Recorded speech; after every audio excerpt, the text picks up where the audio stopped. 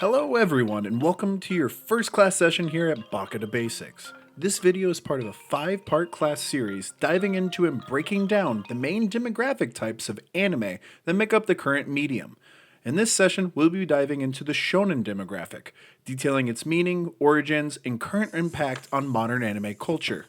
So with that out of the way, I'm Summers from Baka to Basics, and this is Introduction to Shonen. Class is officially in session.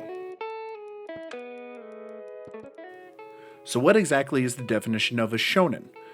Well, by definition, a shonen is a genre of Japanese comics and animated films or shows aimed primarily at a young male audience, mainly between the ages of 12 to 18. Typically, these are characterized by action-filled plots. This is the most basic idea of what a shonen story entails, and you can expect these types of stories to have some type of hook that would usually appeal to those in said demographic. Now, this does not mean it can't grasp the attention of someone not in this demographic, but rather the story is simply told with the specific demographic in mind. When most people think of the word shonen, they usually gravitate towards Dragon Ball or its predecessor, Dragon Ball Z, written by Akira Toriyama in the late 80s and early 90s. Others will immediately reference the big three of the 2000s. The big three referring to 3 extremely popular shonen titles that all rose to popularity around the same time. These shows are One Piece, Naruto, and Bleach. Ironic, these 3 as well as the Dragon Ball franchise are titles that are either still running in some capacity or about to see their final conclusion in the very near future. However, even as popular as these titles are, none of them started the shonen craze. No, that would actually be 1952's acclaimed hit Astro Boy or Mighty Atom, written by Osamu Tezuka.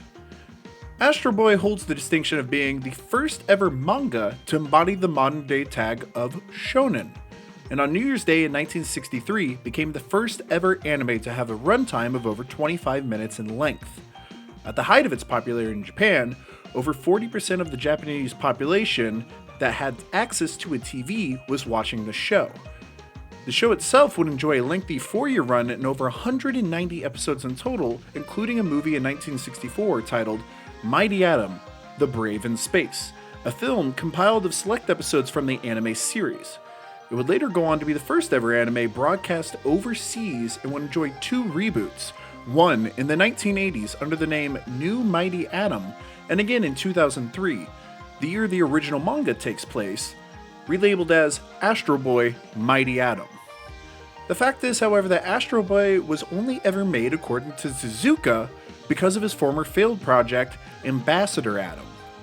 The show wasn't doing so well, but Tezuka claimed to receive several letters from young boys around Japan, professing love for the character Mighty Atom.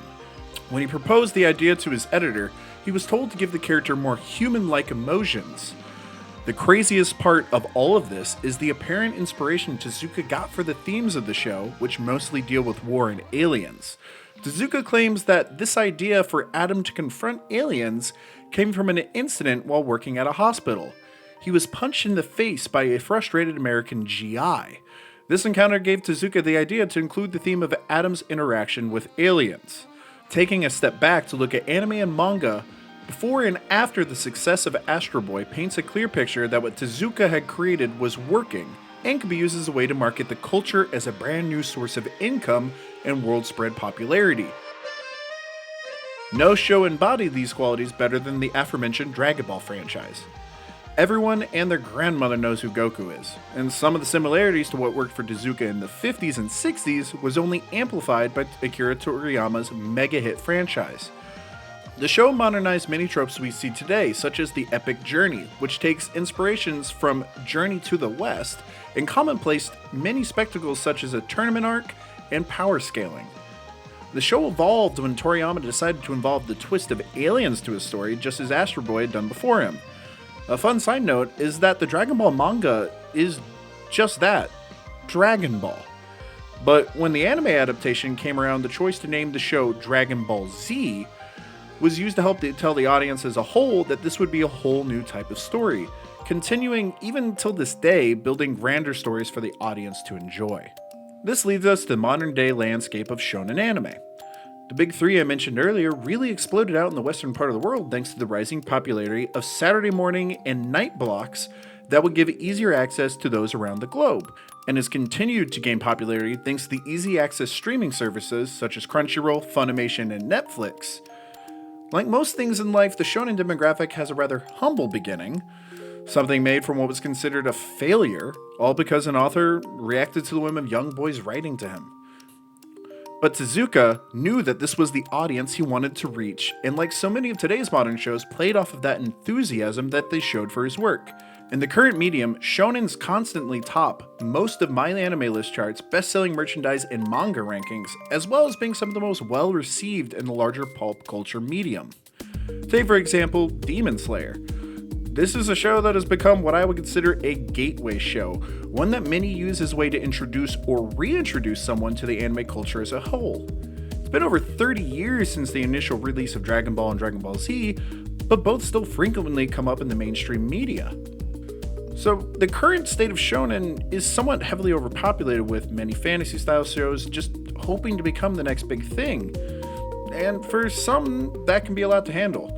When you're trying to decide what might interest you and how you might want to get into anime or manga, but hopefully knowing this little part of the origin story, that this wildly influential demographic came from such a simple place, can give you an idea of some place that you might want to start yourself. That's all I have for today's session. If you enjoyed this video, please leave a like, and if you haven't already, subscribe to the channel. Also, leave us a comment down below about how you got into shonen anime, and leave a suggestion for others to watch. I've been Summers with Baka to Basics. See you next time, class is in session.